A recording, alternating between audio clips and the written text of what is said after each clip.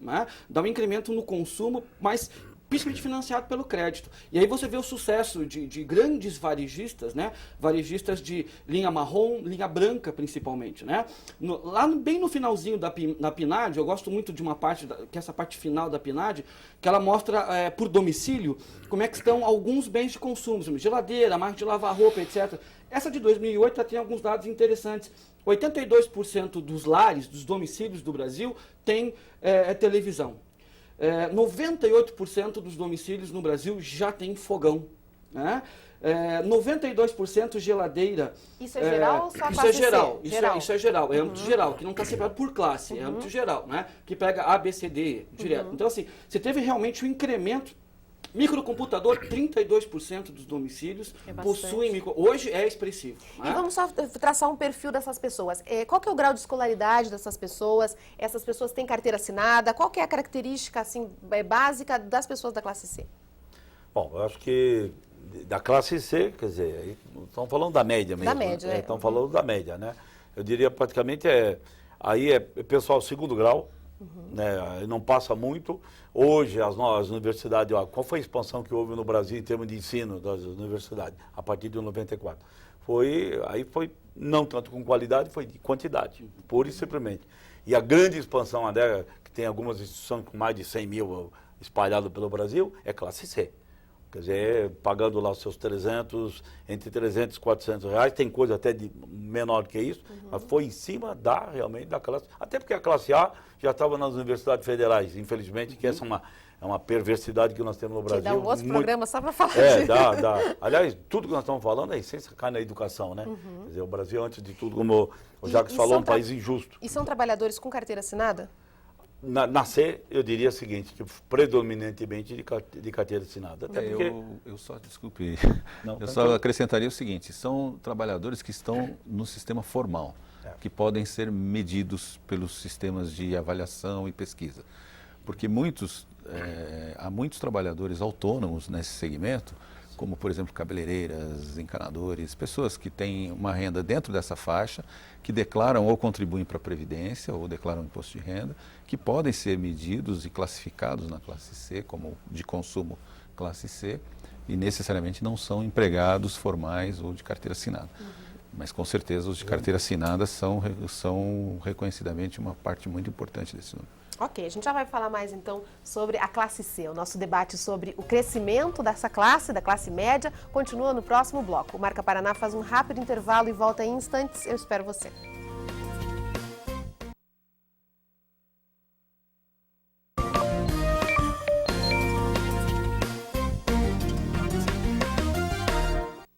Perceber a ascensão da classe C é fácil, basta ver o investimento que muitas empresas têm feito em produtos voltados para este público. Por exemplo, computadores e cosméticos produzidos no Paraná com preços mais acessíveis. No comércio, esse crescimento também se reflete no aumento das vendas. De acordo com o Instituto de Pesquisas Ipsos, em 2000, 17% dos moradores de Curitiba e região metropolitana faziam parte das classes D e E, enquanto que 38% eram da classe C. Hoje, a classe média na Grande Curitiba ocupa mais de 55% da população e apenas 9% das pessoas estão nas classes D e E. Um crescimento sentido no comércio da capital. Nesta loja de calçados, as vendas vêm aumentando e a explicação está na diversificação dos produtos e das formas de pagamento para este público. Neste shopping popular, o movimento e as vendas também aumentaram em mais de 20% este ano, com relação ao mesmo período de 2008. Alguns empresários acreditam que o aumento da classe média contribuiu para uma maior lucratividade das lojas. De alguns anos para cá, existe uma migração da classe D, da classe chamada E, que vem subindo para a classe média. E esse pessoal está consumindo mais e a gente percebe um aumento de vendas em cima desse perfil de cliente. Ainda de acordo com o Instituto Ipsos, o que define a divisão das classes socioeconômicas é a renda familiar. Mas há outros fatores que também influenciam, como o local de residência, o nível de escolaridade e os bens de consumo que a família tiver. As lojas estão diversificando, as lojas âncoras que tem no shopping elas atendem todos os públicos e entendem a necessidade da classe C, que é realmente a qualidade do produto. Não adianta você ter um preço bom e você não ter um produto bacana. Então, as lojas em geral têm buscado sempre atender, já que a classe C é mais da metade da nossa população. Então, a gente viu ali que a classe C não quer só preço, né, Daniel? Dá para a gente falar isso, que a classe C também quer um atendimento diferenciado, também está mais exigente? Sem dúvida, o consumidor numa economia de mercado, uma economia livre de mercado como a nossa, o consumidor realmente ele é rei e não importa muito a classe em que ele está, ele tem a soberania de decidir o que quer consumir, em que qualidade e a que preço pode pagar. Há até uma inversão nos últimos 20 ou 30 anos na forma de calcular custos e preços pelas empresas, que antigamente se considerava, somava-se os custos, atribuía-se uma margem de lucro e chegava-se ao preço de venda. Hoje não, hoje você pesquisa qual é a disponibilidade, qual é a capacidade do mercado de pagar por aquele produto e que preço esse mercado paga pelo produto, e a partir dali você desenvolve uma tecnologia para produzir de forma que dê lucro dentro daquela capacidade de pagamento. Então, sem dúvida, o consumidor tem o direito de exigir, e é isso que permite que as empresas aprimorem seus processos e investam mais em inovação e etc. Tadeu, a gente já falou que as empresas estão de olho nesse mercado, já perceberam que é preciso investir nesse mercado. O que falta ainda ser feito por parte dessas empresas? Elas ainda precisam entender melhor, talvez, esse público, ou elas já têm esse conhecimento, já sabem o que eles querem? Há empresas que estão hoje bombando em termos de venda, diga-se de passagem, porque elas já têm produtos, e aí é aquele negócio, uma qualidade, que é, como foi falado aqui, foi até mencionada a questão de cosmética, que é uma grande de Curitiba, que está vindo, é claro que ela está vindo com um produto bom, é o nome dela, só que ela está vindo com um produto bem mais acessível, quer dizer, com custos realmente. E como o próprio Daniel falou, foi muito feliz, inclusive, que a equação antes era a seguinte, era o meu custo, mas a minha margem gula, esse é o preço. Hoje não, é o seguinte, qual é o preço que você quer pagar? Vou deduzir meu custo médio de cada unidade, ver se sobra alguma coisa, eu vou ter lucro ou não. Então, e o consumidor é aquele negócio, é o bebê, né? Bom e barato. Agora, ele briga as duas coisas em pé de igualdade, que quer ter qualidade. E aquelas empresas que realmente... praticamente que estão tendo sucesso hoje, já encontraram isso. E as demais estão percebendo que ou elas vão se adequar, ou senão vão ficar perdendo fatia do mercado, e ninguém quer. O sonho de qualquer empresa é o seguinte, ser number one, quer dizer, em termos de mercado. Todo mundo quer. Outro fator que influencia muito também nessas decisões de consumo é que houve uma desvalorização do dólar em relação ao real. Então, o maior poder de compra do real frente a produtos internacionais. Isso fez também com que o nosso mercado recebesse muitas opções de produtos importados que passam a ser cotejados com os produtos nacionais e obrigam as empresas nacionais a buscarem, perseguirem padrões de qualidade mundial. Isso também é um fator que contribui muito em favor do consumidor. E uma coisa que me ocorreu agora, não sei se posso estar falando uma bobagem, mas geralmente as pessoas que vêm da classe D são pessoas que têm mais o costume de pesquisar preço. E acho que não perdem esse hábito, né? Porque elas já passaram com mais dificuldade, já viveram com menos dinheiro e agora estão podendo gastar mais, mas elas não deixam essa característica, não vão sair esbanjando. Embora os que estão na classe A também têm esse hábito, eu acho. Inclusive tem um velho ditado, hoje, então é todo mundo. Tem um velho ditado que diz que para ser rico não deve-se fazer o que os ricos fazem, mas fazer o que os ricos fizeram para ficarem ricos, né? E uma das coisas que as pessoas que ficaram ricas fazem, com certeza, é valorizar muito cada centavo. Gasto. Mas como eu estou no meio de dois economistas, se há algo que a teoria econômica ia muito feliz, é o seguinte, né? Quanto maior o gasto, o percentual do gasto que eu tenho com um produto em relação à minha renda, mais sensível eu sou. E aí, sem dúvida nenhuma, um supermercado que está num bairro de rico, aquele pessoal lá do rico, ele é menos sensível a preço do que o pessoal mais pobre. Então, sem dúvida nenhuma, quem veio de baixo foi para C, ele procura muito mais o preço, tenta fazer pesquisa, porque o gasto dele, dada a renda, pega o mesmo produto para o e para o rico. O preço é o mesmo, só que em relação à renda de um que é alta, a outra que é baixa, quanto maior esse percentual, mais sensível. Então, essa turma de classe C, D, E, são mais sensíveis a preço, seguramente. Todo mundo é sensível, claro. Todo mundo quer comprar mais barato. Mas o muito rico, ele passa na prateleira, quando você pega lá numa gôndola, Não ele vou perder vai tempo indo em pegando, três vai pegando. supermercados, eu vou Esse nesse. cara ou ele é muito rico ou ele não considera que tem um produto substituto. E vamos falar um pouquinho do Paraná. A pesquisa do IBGE mostra que esse crescimento da classe C ocorreu em todo o Brasil, mas que ele foi mais evidente no Paraná. Tem como a gente saber por que isso aconteceu? Bom, tem. Como a gente já apresentou aqui, essa classe C ela é assalariada, é seletista, né? Tem registro, até como o Daniel falou, é mais fácil de captar ela por causa desses registros. Então, mas onde a gente percebeu isso no Paraná? Dois fatores, né? O Paraná ele tem uma divisão muito forte, o Paraná urbano, né? A região metropolitana de Curitiba em particular, e o Paraná mais rural.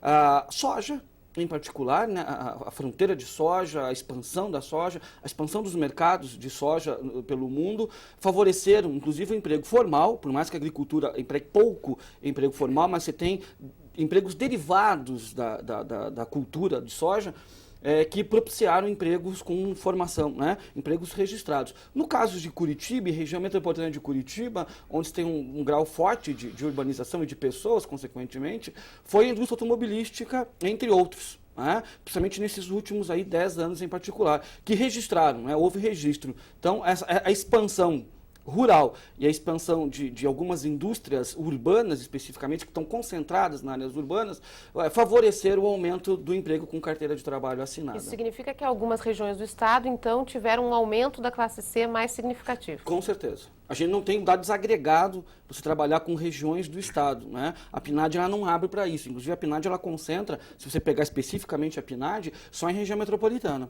Né? No caso do Paraná, ela vai trabalhar uma amostragem para o Paraná e uma amostragem forte na região metropolitana, né? Você não consegue trabalhar isso, mas sem dúvida nenhuma os dados apontam para isso. Mais emprego vinculado à produção de soja no interior e mais empregos vinculados à indústria, em particular automobilística, na região de Curitiba.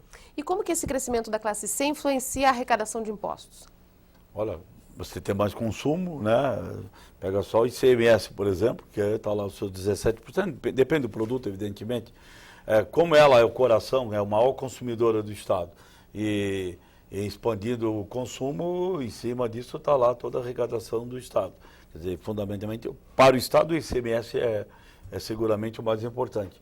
Então, e aí só uma observação, até que o Jacques falou, quando se tira uma média do Estado, só dá uma olhadinha que o Paraná é o estado mais importante de cooperativas. Está muito ligado à soja, quer dizer, hoje não é só grãos, hoje nós temos o Paraná, é o principal em frango, né? Frango já em suíno se tornando muito importante.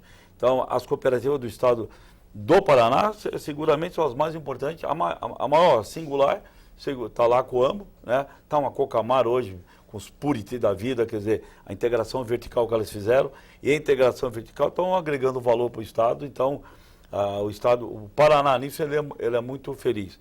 Então, só para responder a tua pergunta, quer dizer, se a classe média é a C, ela é realmente, em termos de consumo total, é a maior, ela está se expandindo, então a arrecadação do Estado. E seguramente no período de recessão, o Paraná é sempre um dos estados que relativamente sofre menos. Porque alimentos é alimento. Você pode deixar de comprar uma nova televisão, comprar um novo carro, adia meu carro para comprar ano que vem, né?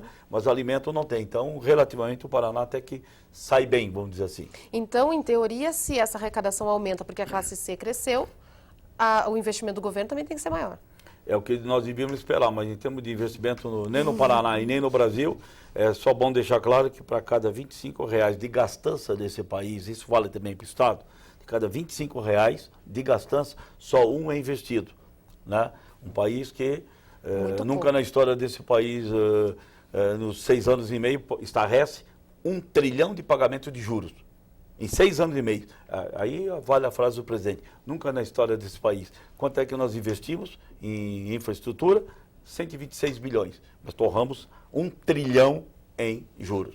E são pessoas, então, vou aproveitar e perguntar para o Daniel, são pessoas que usam os serviços públicos? Ou essas pessoas que vêm da classe D, aí começam a colocar o filho na escola particular, tiram da escola pública, começam a ter plano de saúde, param de usar o posto de saúde?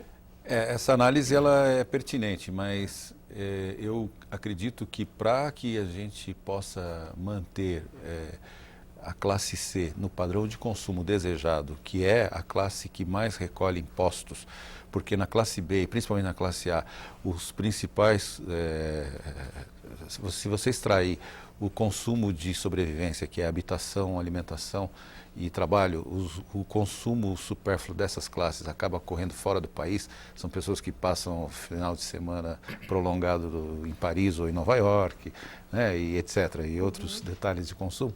Então, a classe C é que realmente faz a contribuição, que faz a arrecadação interna. Girar. Exatamente, faz a economia girar. Até porque consomem produtos nacionais. Então, compra carro automóvel fabricado no Brasil, não compra automóvel fabricado no exterior. Compra roupa fabricada no Brasil, né? Muitas vezes até com uma grife falsificada do exterior, mas infelizmente isso acontece.